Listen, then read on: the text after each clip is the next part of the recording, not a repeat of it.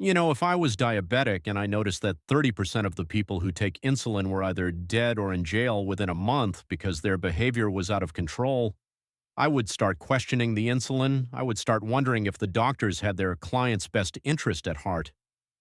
But I'm not a diabetic, I'm a mental, and I don't care who knows it. I didn't become a mental client because I committed a crime, and some judge told me I had to go to therapy. I became a mental client because I got hit by a car when I was 13 years old and I had a head injury and I saw the afterlife. And having seen the afterlife, everybody thought I was crazy. So, because everybody thought I was crazy, I went ahead and looked up what mental illness even means at 13 years of age. And I found out that part of this is seeing things that nobody else can see. Well, lo and behold, the afterlife apparition was actually from getting hit by a car and having a near death experience. But all the other visions I saw were not part of that head injury, at least I didn't think they were. When you're seeing random things that nobody else knows what you're talking about, having a name for that was very nice for me. It was a condition called mental defect. I had a condition called mental defect, and I was happy to know the name of it. I was very grateful that I wasn't a witch because I was religious, and you're not supposed to be a witch. If you're religious, they kind of frown upon witchcraft over there at the churches.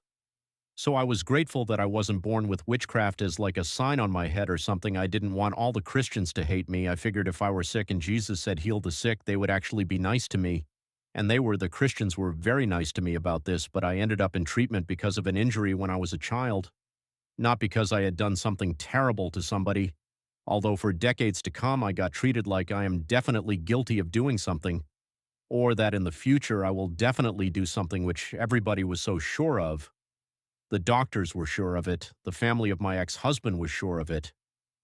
Something when they are running around predicting the future that I'm going to do something terrible in the future, they don't look like very good scientists, especially when their belief system is that I would be crazy if I said I had psychic prophecy. When I see things that nobody else can see, I'm crazy, right? But they can predict the future. I have many songs about this. And it's mentioned multiple times in my books. I can't possibly make a YouTube video that's not already from copyrighted material in my books that already exist. If somebody copies my videos, it needs to be for educational purposes. The Fair Use Act in the United States allows it that if it's for education, people can use copyrighted material. But if somebody tries to make money off of my videos, I am going to be all over YouTube saying some big stinky stuff about that. Well, I have links all throughout my post. If you look at my front page of my channel, you will see the word post. If you click there, you will find my other YouTube channel because I have links in there, and I did this on both of my channels so that my audience can go back and forth whichever way they want to go. Both channels are incredibly similar, like I didn't have a different plan for each. I didn't put separate things in separate boxes. You get a lot of genres, a lot of different things. You get topics about mental health, but also ancient history. You get topics about celebrities. But if you look at the celebrities on this channel and on my other channel, you'll notice they're not the same celebrities. And if you look at the history videos, they're not the same as the other channel, so even though the categories are the same, they're not identical in every way. Only about 10% of my videos are identical on both channels. And when you find them, if you figure out which ones are the identical ones, you'll have to understand that I probably put it on one channel first, and it had a lot of views, so I put it on the other channel because it looked like it was popular. And that's the only time I've done that. Overall, both channels in the post also have a link to buy my best book, which I know is my best book because it sold 8 times. I have 2 other books that sold 1 time each, and I have a bunch of books nobody ever bought. But I have one particular book that has only been the one that has sold more than 1 copy. So I decided it must be my book. That's the one that I will show people, and it's also the first book I wrote, and it's also the one I worked hardest to create and the only one that's available by paperback. Everything else is an ebook. You can get the paperback one as an ebook if you prefer it that way. Though there is an option, but there's only that option on that one book. Everything else is through your cell phone only or your Kindle or whatever.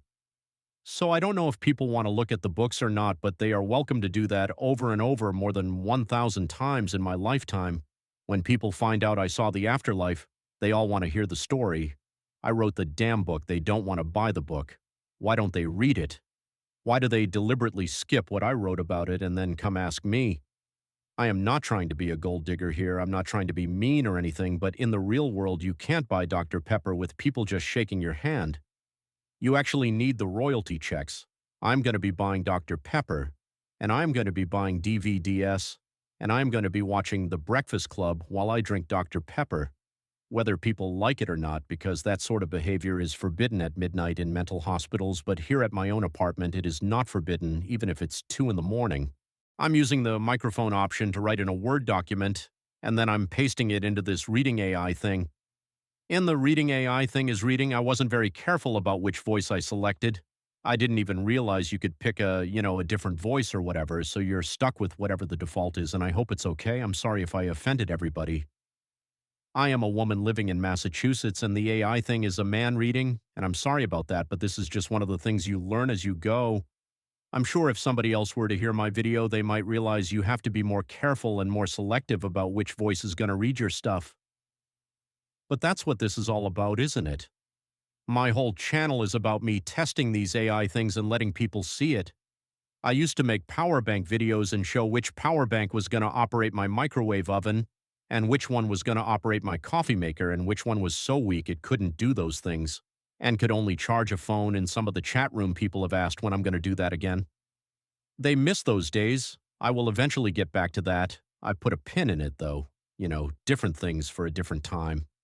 That was during the Hurricane Helena. I was very upset because some people had to live in a camper and some of their candles fell over and they had problems because the hurricane knocked over their house, and I wanted to share as much information about power banks as possible. But I had 30 followers on YouTube and they were old people from the same chat room, and the chat room people liked my YouTube and they liked my power bank videos. They liked them so much that one video got seen 60 times, but then 2025 happened, and that was a cluster junk. And after the cluster junk was over, I was making these songs with this AI thing, and all of a sudden people that weren't from the chat room were looking people I've never even heard of from all over the planet. There's people in India and Egypt and all kinds of places, Morocco, Bangladesh, I can't even name all the countries, there's so many. Every day I see more and more, and YouTube gives you the analytic thing about where the people are. I've got 2 channels. Both channels have 4,000 people, and because YouTube tells you where your prominent audience is and everything, they're not even the same people. It's not like 4,000 people clicked both channels. It's only probably 10% of the same people. The rest are all completely distinct from each other. This is crazy, man, but I appreciate everybody.